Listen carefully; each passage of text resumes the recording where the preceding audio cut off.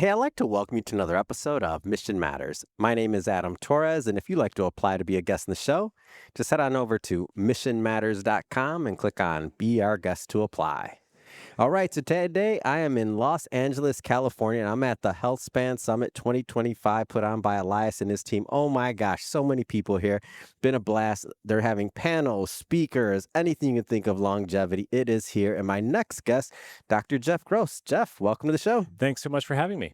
All right, so what brought you out to the conference today? Well, I'm in the regenerative medicine space. I'm a recovering neurosurgeon, used to do a lot of spine surgery, but in trying not to do surgery for people, unless they absolutely have to have it, I tap back into the beauty and magic of a natural treatment, which is through stem cells and their signaling partners called exosomes. And we do a lot of joint and spine and IV wellness and things like that. Now, I'm always curious, was this, whether you're going way back in time or was it current, when did you want to add this type of component to your practice? Well, I have an undergraduate background in this, but then you get whisked off to med school. Yeah. You don't get to have that enjoyment that you had. So there was that nerd side of me that always had it in the back of my mind. But, you hear more about it over the decades, and patients started saying, hey, I don't want surgery. And I say, great, because I really didn't want to offer it to you unless we had to. And they'd say, hey, well, what about stem cells? And you know what? I'm tired of going to those old spine surgery meetings and neurosurgery meetings. Let me start going to the stem cell meetings. So I started re-educating, retraining, and boom, this is all I do now. Wow. How did that transition take place for you? Was there like an aha moment? Yeah. Was it like gradual? Like, take me back. Yeah, I mean, I went to one of these stem cell conferences, and so much had changed in the few decades since undergraduate school. And I saw so much that was being done in Europe and in Asia. And Like what? Like what were some of the stem cell approaches for cartilage regeneration and joint repair, saving people from needing a joint replacement or spine. So things that maybe way back when you were in school, you're thinking of like it was kind of fringe. It's like now it's actually happening and it's happening often. Yeah, it's been happening for decades in Europe and in Asia. We're just late. We're just late to it. And so as you were, so to continue on the story, so you're going to these conferences, you're going to these talks, and you're like, and obviously the message is seeping into you. Like, what happens next? There's so much science that I hadn't tapped back into, and I said, okay, I want to add this as a tool. So what's the best thing I can use? What's the best way to apply it? What are all the best practices? And I put those together. So I'm going to plant my flag and start doing this as part of what I offer. And in short order, it became all I do because there's a need for it. And people don't want to have surgery unless they have to. So we're trying to give them an option, an alternative. So that during this early re-education, it just snapped. How does the medical community overall, like I'm always curious when somebody goes and does something slightly different, like people know what you're doing, but like how does that sit? Like how are you received with that? It's mixed. It's tough. There's a lot of Kool-Aid being consumed in the sick care system. Tricky, isn't it? And some colleagues are like, oh, tell me about that. It's very interesting. And some colleagues are like, oh, you're off the script.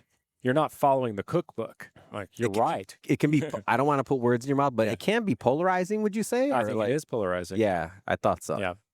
So we try to make these new things available to people. I think in one way we protect patients is to give them options and alternatives that are less invasive and have fewer side effects than drugs and surgeries. Yeah. I'm a fan because what happens, what I think happens is there's individuals like yourself who are highly educated in a very, very highly specialized field, and it almost gives people permission to be able to explore when they can say, if Jeff has decided to spend his time on this, I'm not as smart as Jeff. I'm saying that in this field, I don't know. So I don't know about this stuff, but if you're dedicating your life and your practice to this, there's something to it.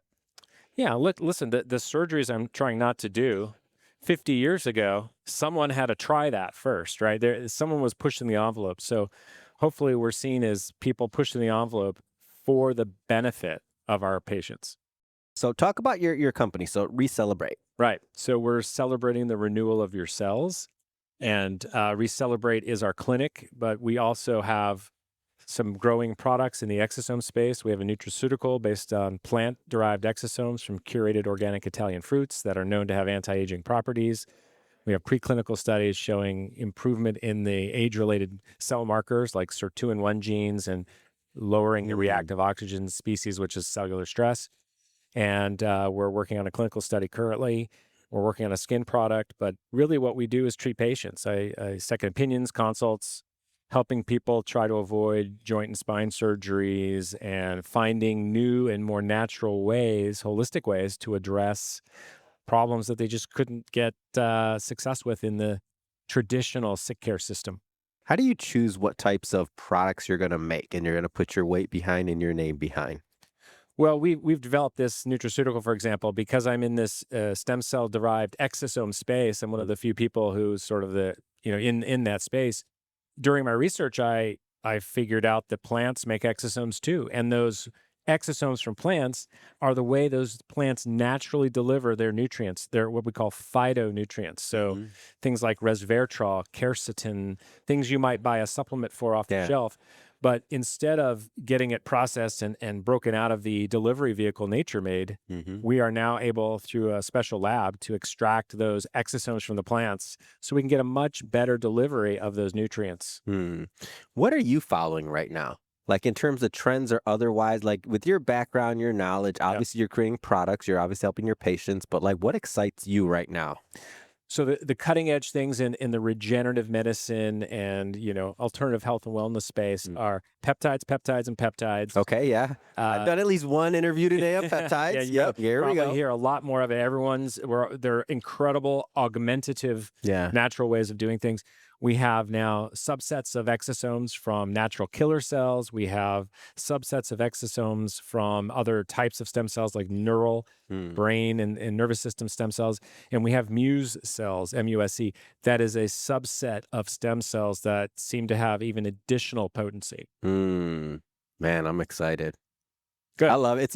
Well, I'm just saying it's a good time for us to be alive, in my opinion, like Yep. with what's happening, how fast it's happening. I mean, any good time is a good time to be alive, but Mhm. just the experimentation side of like, or I should even just say the breakthroughs that have happened, Yeah. like peptides, all these other things that are happening, they're happening fast.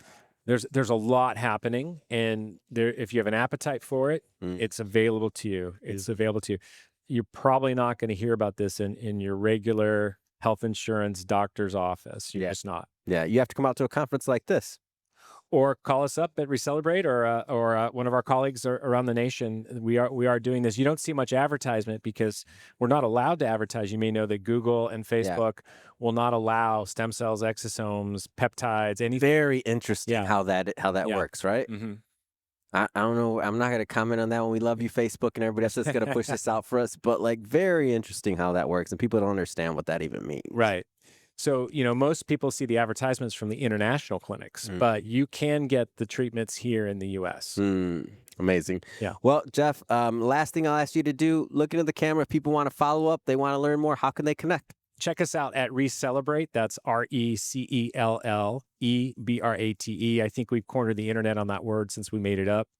So, recelebrate.com, Instagram at Recelebrate, Facebook, LinkedIn, you'll find us. Fantastic. For everybody at home watching, just so you know, we'll definitely put some links in the show notes so you can just click on the links and head right on over. And speaking of the audience, if this is your first time with Mission Matters and you haven't done it yet, hit that subscribe or follow button. This is a daily show. Each and every day, we're bringing you new content, new ideas, and hopefully new inspiration to help you along the way in your journey as well. So again, hit that subscribe or follow button. And Jeff, man, appreciate you. So good to meet you. Thank you.